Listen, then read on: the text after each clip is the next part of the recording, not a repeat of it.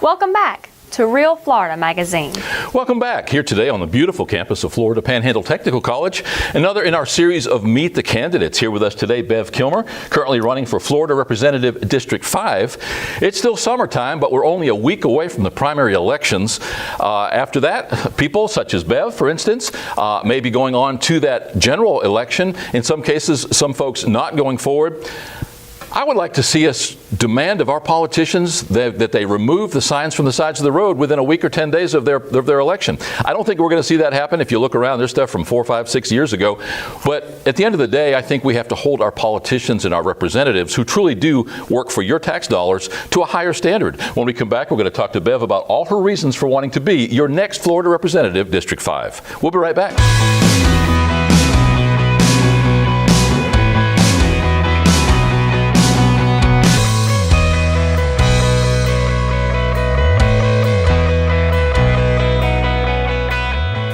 Welcome back. As mentioned, our guest today is Bev Kilmer. Thanks so much for taking the drive over. Oh, it's my pleasure.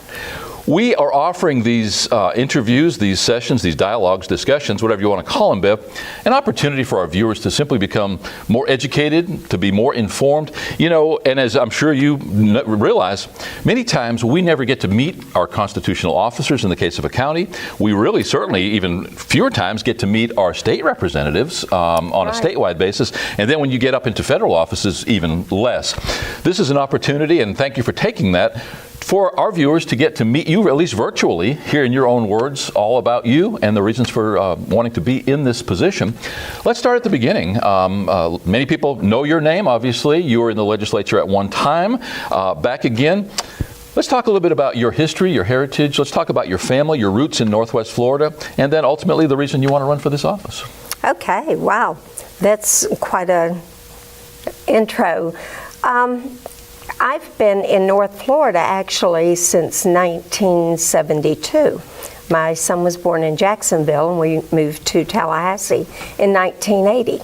So I've been here a good 40 years in North Florida. I was born in Detroit, Michigan, but within 3 months ended up back in my family's home area of Tennessee. I was raised in Tennessee, where you were raised to say yes ma'am, no ma'am, please, and thank you. And we've raised our children that way because if you don't have respect in the family, you can't expect respect among other people. So I have been in the legislature from 1998 to 2004. I ran then because there was a real need. It wasn't something I had planned to do. I'd never been political. In fact, when I ran for office the first time, I was given a 0 to 5% chance of winning. The first poll showed I had a .03 name recognition, which actually meant my husband and 2 of our 3 kids knew who I was. It was rough. But I was doing it for the right reason. I stayed focused, and I did win that election and was reelected for 3 terms. Now that was which district at the time? That was District 7, which was composed of Leon County, Gadsden County, Jackson County, Calhoun, Liberty, Gulf, Bay, and Walton County, South Walton. And so sort of a little U all the way around Washington County. It was. Certainly a diverse group of people as that formerly District 7. Since then, since you've left office, I dare say we've probably had at least a couple of redistricting efforts. The most recent, which has brought you into District 5, yes. Currently that Jackson, Washington, Holmes, Walton, and the north half of Bay County. Again, a very diverse group of people. Lots of different ways people are making a living in those, from agriculture in Jackson County to hardcore tourism in South Walton. What do you see as the challenges in that District 5 area because of the fact that there is such a diverse mix of folks?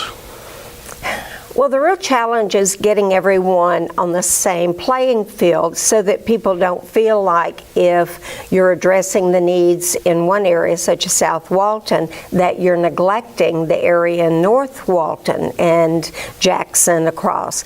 That has been problems for years and years, but I think if you really put it into perspective, it ends up, if you're a partner, let me put it this way, if you're a true partner, which is what a state legislator is supposed to be, you're supposed to be a true partner with your county commissioners, your your city commissions, all the municipalities, all of the agencies within those counties.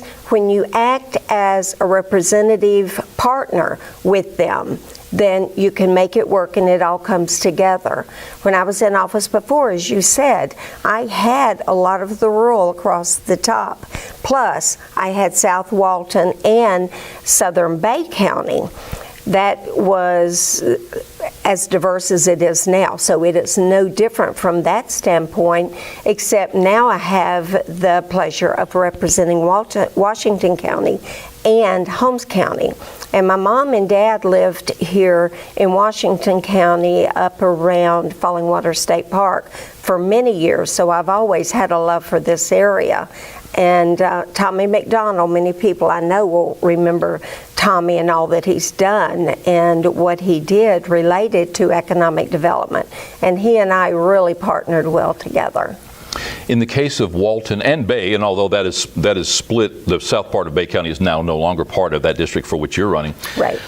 But when you look at those two counties, the south parts of those counties driving the predominance of tax revenues, and then the northern part of the counties sometimes feeling a little neglected, lots of unpaved roads. That kind of goes with the territory. So in addition to ensuring that what you call partnering, that these people understand that, I think there is that explanation to them that, hey, first of all, you live in North County, or North Walton, or North Bay County because you want to, as do we in Washington County. Absolutely. After 35 years being in Panama City Beach, and all the reasons we wanted to live there having gone away because it just simply outgrew what we wanted to have for a lifestyle. Right. So the upside is that South Walton drives a lot of revenue for your district, that District 5. But then you've got, and as you point out, the rural aspects of Jackson and Holmes and Washington. What are you hearing on the streets? I know you're burning a lot of shoe leather. We see you at a lot of places now that we're in full swing with political campaign. What are you hearing from people? What are their top 2 or 3 issues when it comes to what they expect of that incoming District 5 representative? And you're referring to northern areas. I'm referring to District 5. Okay. The northern area wants jobs. Jobs and more jobs. You know, we keep hearing about all the jobs that the state of Florida has provided over the last couple of years, but they're not up here. And I think we've got to focus on getting them here. We also have to focus on the partnership between the education system and the economic development process, to have them working together to put out educated, ready to work students. And we don't want our people moving away. We're tired of having kids moving and then come back to retire here. They come back to retire here because they love the environment that we have, and we want to keep that home feel, but we want our children to be able to make a good living here. That hasn't been focused on, and I'm a product of vocational technical school. I believe in it wholeheartedly. I think it's been neglected in part, and I think it needs to be built up, have a degree built in with it, so that there's something that our students can aspire to and be proud of the career they choose to go into. As far as making it all come together, we have to acknowledge that we are not 2 counties, such as South Walton and North Walton. That is a specific county, and no part of it should ever be neglected. You should have as much interest, and I know more of the money is generated in South Walton. They do have specific needs, but no area of any county should ever be neglected at the expense of another. Yeah, Bay County and Walton County both being in that same boat where they are bisected by the intercoastal waterway. In the case of South Walton, I don't know that we'll ever get away from saying South Walton and North Walton. In the case of Bay County, we simply say Bay County. It just doesn't seem to have had that polarizing effect, mainly because it's an older, more historically developed county. It wasn't that many years ago Destin was billed as the luckiest little fishing village. South Walton was just a bunch of sand. There was not much there. Right. Even after Panama City Beach and some of Bay County had condos, South Walton did not. Okaloosa County did to their west, but to this day it's a long ride from Santa Rosa Beach to Paxton, and so there's no question why people would feel polarized when it's over an hour drive from one end of your county to the other. Not unlike Bay County, but again, that South Walton, North Walton. Do you think just the use of those phrases, to me, it would seem like economic development, even tourist development, would want to sort of get away from that South Walton. I know that people embrace the South Walton part of it because there's a lot of absentee ownership, and so they want to be part of South Walton. They don't necessarily want to be part of Walton County. Do you think there's maybe an opportunity there for some, whether it's the Chamber of Commerce, which at the end of the day represents all of Walton County over there, do you think there's an opportunity for them to embrace some kind of a campaign to simply unify the county, making your job maybe a little bit easier going forward? Well, you see the growth and the transportation improving. 331 now is going to be a wonderful transportation venue for North Walton to get to South Walton. I think it's going to open up tremendous amounts of opportunities for growth in North Walton. I already am hearing ideas and things that are actually taking place in the area to bring in developments and different. They're getting a Publix. When you get a Publix, you're getting growth. Publix is very in tune to that. So we're getting Publix, and that's going to, that tells us the driver is there. So you're going to start seeing tremendous growth, and once that happens, the two will kind of meet to a degree. North Walton is never going to be a South Walton. We don't want it to be. We want it to have its own character as it does now, but we want it to be more self-sufficient so that our children don't have that long drive. You were doing the comparison between Bay County and Walton County. Bay County doesn't have, the upper part of Bay does not have the challenges of getting to Panama City to go to work. It's not that long of a drive. It's easy to commute. It's a great place to live. It really is. All of Bay is great. All of Walton is great in its own way. It just has to be nurtured. And I'm glad you say that piece about Publix, and we said that for years in Panama City Beach. We moved there in the early 70s, and again, it was just a very sleepy little town, 100-day tourist season. They rolled up the streets after Labor Day, and then it was truly a nice place to live. Now it's a 12-month season, and those like me who choose not to be in that high density situation will move elsewhere, and that's the great thing about Northwest Florida. We've really got something for everyone. But the piece about Publix, we truly believe that the market drives itself. And when it comes to economic development, when a manufacturer looks at our area and says they've got an educated workforce, they've got a ready and willing to work workforce, they've got rail, they've got 4 lanes, they've got interstate, they've got waterway, they will come here. So what happens is we've got sometimes by default what happens is that availability is confused with ability. And those who lead our economic development, our chambers of commerce and so forth, they're volunteer people. They're not always business people, and they're not always good business people. Those guys that build Publix are good business people. They're held to task by stockholders and stakeholders, and at the end of the day, they can't make mistakes or their heads will roll. Chamber of Commerce, they can make a mistake once or twice a year, and that's a good old boy thing. That said, your job has got to be a little bit easier. We are arguably in the transportation center of what is this southeast part of the United States. Interstate, rail, deepwater port to our south. We've got it all. Why then, since we have it all, now discounting the fact that in 2005, 6, 7, we had a perfect storm, we had a hurricane, we had the oil spill, and we had the economic bubble burst. Discounting that, why have we not seen more economic development in this area, arguably, in the last 25 years? Well, we did have that growth movement up until the crash.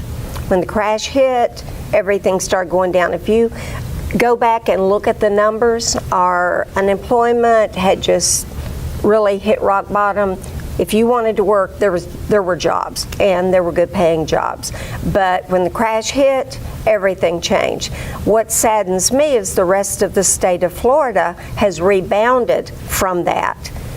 North Florida has not. And that tells me the work is not being done by the current legislators, and you've got to make us relevant again.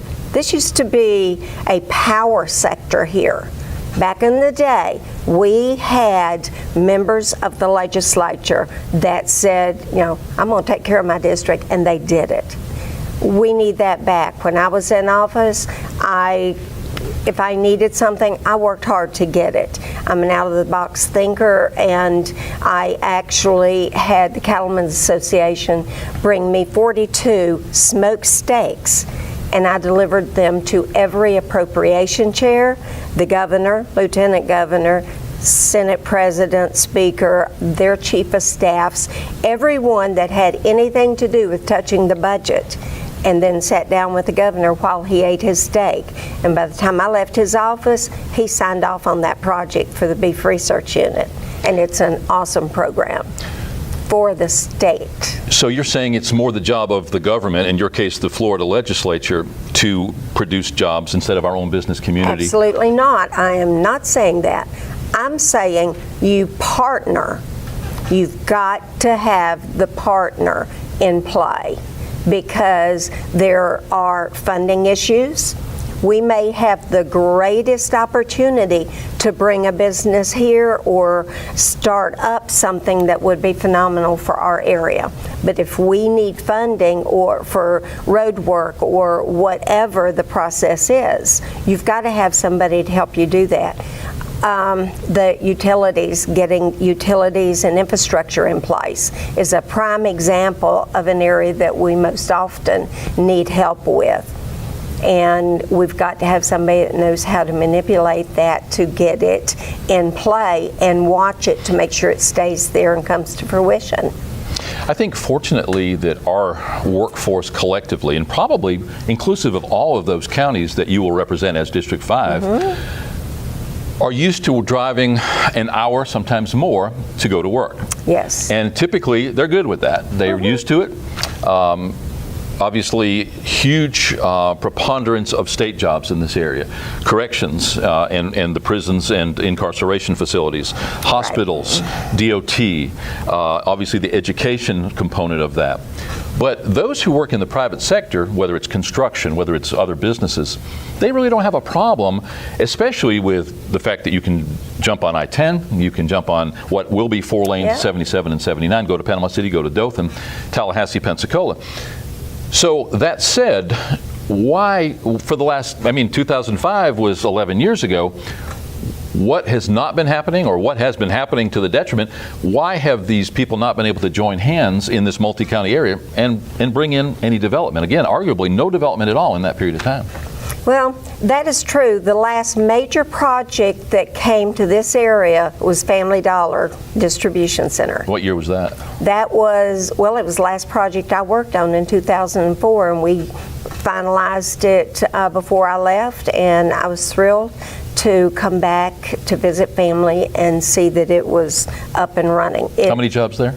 Oh, I'm not even sure now. Thousands? But I think, it's well over 1,000. And that is from the whole region. People come from east and west and south. They come from all over. And those are the kind of projects we need. It is a prime example of a success story. It took a lot of work, and there again, it was a partnering. I remember the last meeting that we had, that we pulled it together. There were probably 20 people sitting at the table, including the Family Dollar folks and Mary Helen Blakesley from the governor's office. All of us got together to iron out. I'm not going to go into what the issue was, but to iron out an issue, and it was one of those we got it things. And that's what it takes, is to say, how can we make this happen? But you've got to have the partners. The economic development organizations have to buy in to working together. And unfortunately, a lot of times there's so much competition between one county and the next door neighbor county fighting for the same project, or one is afraid the other is going to get something that they either went after or should have gone after. And the thing is, we have to acknowledge that we're all in this together, and if there's a business that comes in to Jackson County, it's going to benefit Holmes. If there's something that comes into Holmes, it's going to benefit Jackson County. And we just need to go out and dig. One of the things that I would do is encourage our economic development folks to find a company that they know meets our needs, that we've got everything they could possibly want, make sure we've got an educated force for them, and go knock on their door and say, we want you to come, and go get them. Don't wait to hear about somebody that's planning on moving. If you hear that somebody's moving, great, go after them. Usually it's already too late by then. If you don't, go looking for somebody that you know will meet, or we can meet their needs, not them meet ours. We need to meet their needs and go tell them why.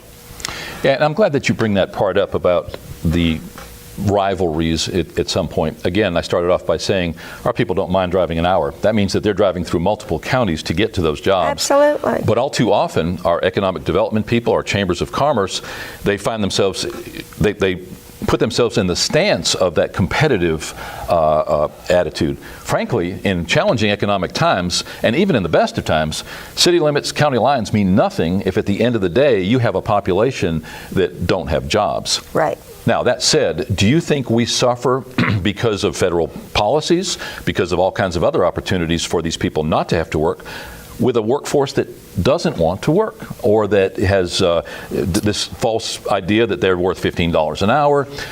At the end of the day, a good example, McDonald's held a nationwide job search. They had tens of thousands of people line up for these jobs. The word was passed down the line that they were going to have to take a P-test, a drug test. They immediately lost 90% of the people in those lines who simply could not have passed a drug test. Right. Then they found out that there was going to be questions about felonies and charges of criminal misconduct and criminal records, and they lost a bunch more people. So I get that we have endemic problems that are keeping people out of those kind of jobs, but don't we have a lot of people who simply don't want to work? Sadly, we do. I think it's been conditioned, and that's a sad thing, but it is a true thing. We have to acknowledge that and find a way to change that conditioning. You know, it's so easy if you fall into a trap of having benefits sent to you and not having to get up and go to work or whatever, and also the situation with, well, I'm going to lose my insurance if I get a job. It's not going to pay enough to make up the difference. It's difficult to make that decision, but we've got to get people working. It's a sad commentary when you have high numbers of people that are just driving the streets because they don't have a job to go to and they really don't want one. We've got to encourage people to want to work. It all comes down to pride in self, and that's where the break is. You know, used to be in school and in homes, people were taught to be proud of their country, proud of themselves. As I said earlier about yes ma'am, no ma'am, you were respectful of other people. That isn't happening anymore, and that is a sad commentary in our nation as a whole. But the thing is, how can we expect children to respect themselves or anybody else if they're never taught it at home? They've got to have respect, and that's the breakdown. They're not really respecting themselves by not going to work. It's a lack of respect for their children, and that kind of flows over to one of my big issues, and that is with education. And that's causing a huge breakdown in family relationships. People don't think about that, but it's huge because we always had our parents sitting down with us, helping us with our homework. We helped our children with their homework. With this new Common Core, and especially with the math issues, the parents reach second or third grade, they can no longer help the children. That is sad. That is wrong. It's a wedge being drawn between the parents and the children. How do parents tell a second grade or third grade student, I'm sorry, I can't help you. I don't understand it. It makes the parents look like they're dumb to their children. And that breaks down a level of respect. That's wrong. And we have got to address that and fix it before we have a wedge that is just so strong it tears the family unit apart at a really early age. With very few exceptions, almost everybody who sat in that chair said the same thing. That said, what can you, if anything, do as a freshman District 5 representative to get that ball rolling or to make some kind of progress in that direction? Well, I'm different than most people that have sat in this chair. I'll tell you that right to start with, because I am, and I mentioned this earlier, I truly am an out-of-the-box thinker. And one of the things that I've already been doing is researching Common Core to find out where the weak links are, where the head is of that ugly snake, to eliminate it. Now, having said that, I do not want our teachers thrown into another phase of, oh God, they're going to change the rules on us again. That's what continues to happen to the teachers, because every time the legislature meets, they put in new ideas and new things that the teachers are having to contend with. How can they get comfortable with teaching the subjects to our children when they're having to relearn themselves over and over again? That's wrong. You go to school, you become a teacher, and you go out and teach. I think we have got to do that and stop this over assessing. Let's let that go for a while and allow teachers to teach, children to learn. That's what school is all about. It's not comparing teachers to teachers in Ohio or Michigan or California. I don't care what those teachers are doing. I care about what our teachers are doing here with our children. And I especially do not want them compared to teachers in other countries as they are now. So forget about all of that assessing and allow the teachers to teach. Grade the children on what they are learning as they learn it, and use that as the guideline for whether our children are moving forward. If the children can read when they are supposed to be reading, if they can do math and learn 2 and 2 is 4 in the simple way, not 2 + 1 + 1 is 4. I mean, give it to them in reality terms. Allow them to teach. Go back to basic teaching and testing. Well, and the interesting thing, too, is that our freshman teacher, and even those who have been teaching a while, are already steeped in that. They're my kids who were dealing with that when my kids who are 30 to 40 now were starting that new math and some of the new ways. So they're already steeped in that. They're not thinking like you and I do. They're already thinking in terms. And frankly, I guess we differ a little bit there, because I think teachers have a job. They are paid to do a job. And when their job changes, they do the new job. I mean, I don't think I agree with that. What I'm saying is every time the legislature meets, the rules change. And teachers need to know how they're supposed to go about teaching children. I agree. Teachers need to progress the same as children need to be progressing. Arguably, education, economic development, 2 big hot potatoes, hot buttons. Aside from those, what else are we facing in this District 5 and in all of Northwest Florida, Southeast United States, because we all hold hands when it comes to that geographical area? What other issues do we face that are of high prominence right now and about which people want to talk when you speak with them? Veterans, An issue that is dear to my heart is veterans having such a hard time getting medical treatment. I think that our veterans should have open access to medical care. They should go to the doctors right here in town. They should not be forced to drive down to Gainesville or Tallahassee or Dothan or wherever their doctor is. They ought to be able to have access. I think the system is falling apart as far as taking care of our veterans. I lost my husband to benzene poisoning, or he was exposed to benzene, and it ended up killing him.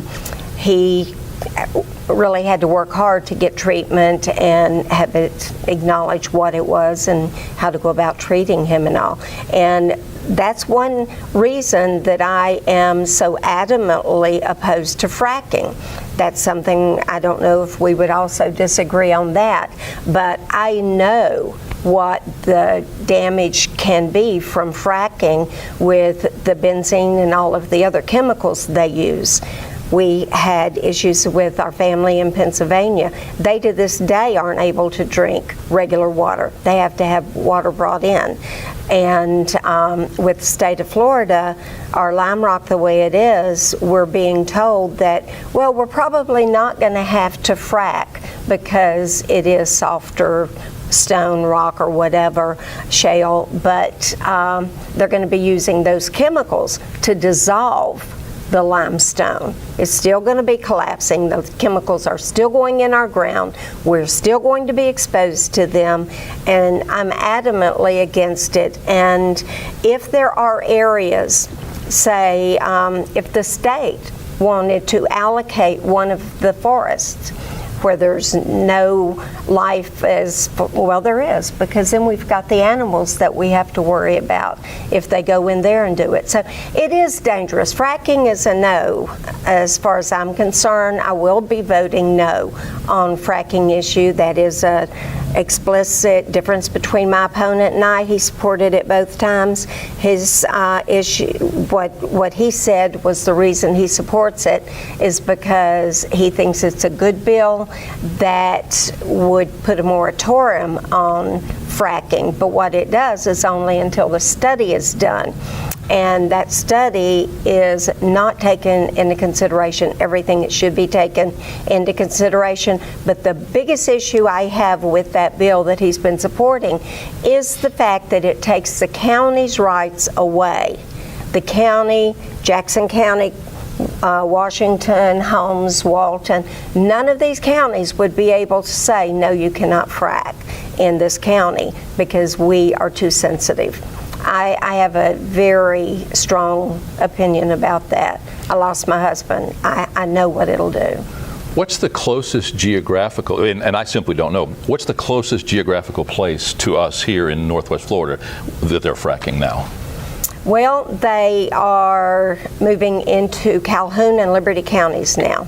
In fact, I understand they have already begun some process. Wow. And Neil Timberland owns that.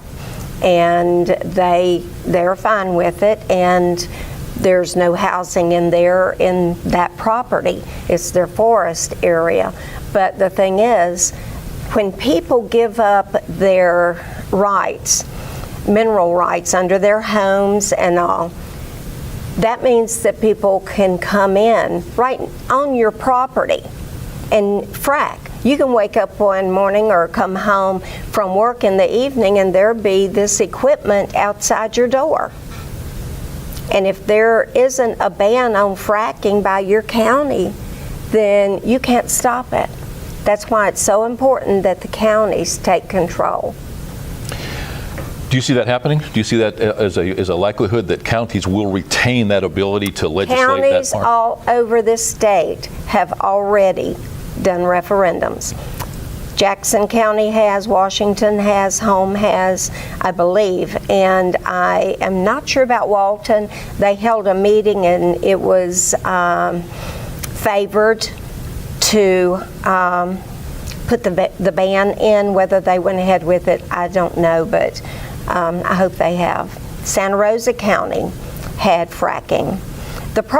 Another problem with this is the fracking companies come in and they frack and they get done what they want to do, but oftentimes they end up going belly up, bankrupt on the project. If there's not enough oil or gas, they end up going belly up and they don't clean up their mess. They simply go away. And then we're stuck with that.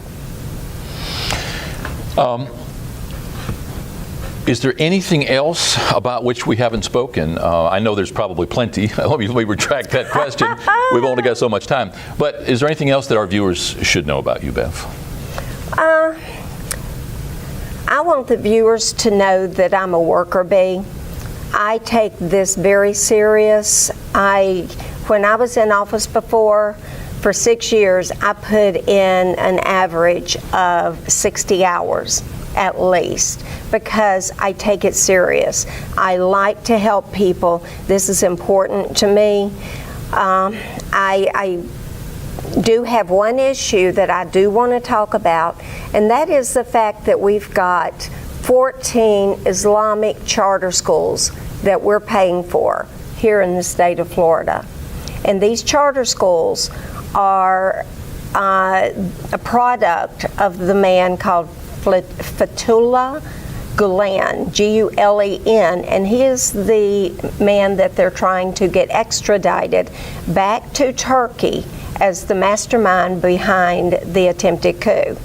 And he has 160 charter schools across the country that he sucks the money out of, taxpayer money, and he uses it for his political activities. I think people need to know this. This past year, the legislature voted on a charter bill that gives a lot more freedom to charter schools as opposed to more oversight.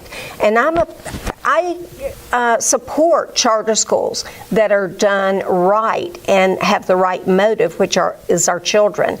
These clearly do not. And I think that these need to be stopped immediately. One of my first bills would be to defund any of these schools that have a trace, even the remotest track back to this man. He's very dangerous and we need to get this stopped. I don't think most viewers realize that we are funding Islamic schools. We are not allowed to have the Ten Commandments in our classrooms. Are any of those schools to which you allude in that District 5 area? They're not in District 5, but there is one in Tallahassee, and it has been closed down and reopened. And it is by the same company, the same organization. It's been closed down and opened 3 times in different locations and under different names. And the sad part is, this man is brilliant. There's no doubt about it. He knows that math and science are our key issues. We want our children to be able to get into these professions with math and science as their strong suits. And that's what they're doing, is naming their schools math and science academies. It's a very bad deal. One thing that we always ask anyone in that hot seat right there is what separates you from your opponent? In this case, your opponent is the incumbent. Yes. We're seeing many times, at least at local levels these days, that there are no incumbents and everybody running is running for the very first time for that seat. In this case, right, your opponent is an incumbent. So let me ask you, Bev, what does separate you, in just the top 2 or 3 points, what separates you from your opponent and why should our viewer vote for you? The biggest thing that separates me from my opponent is what I said a minute ago. I'm a worker bee. I am out in the district. I put over 150,000 miles on my car every term. And I am part of the community. You won't see me just at election time because I love people and I want to do this to help the people.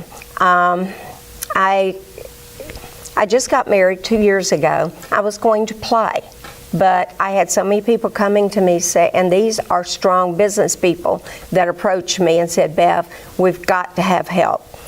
We need you to run, we need you to run. I did my research. The determining factor that made me do this was an interview that I found that he did with Sunshine State News.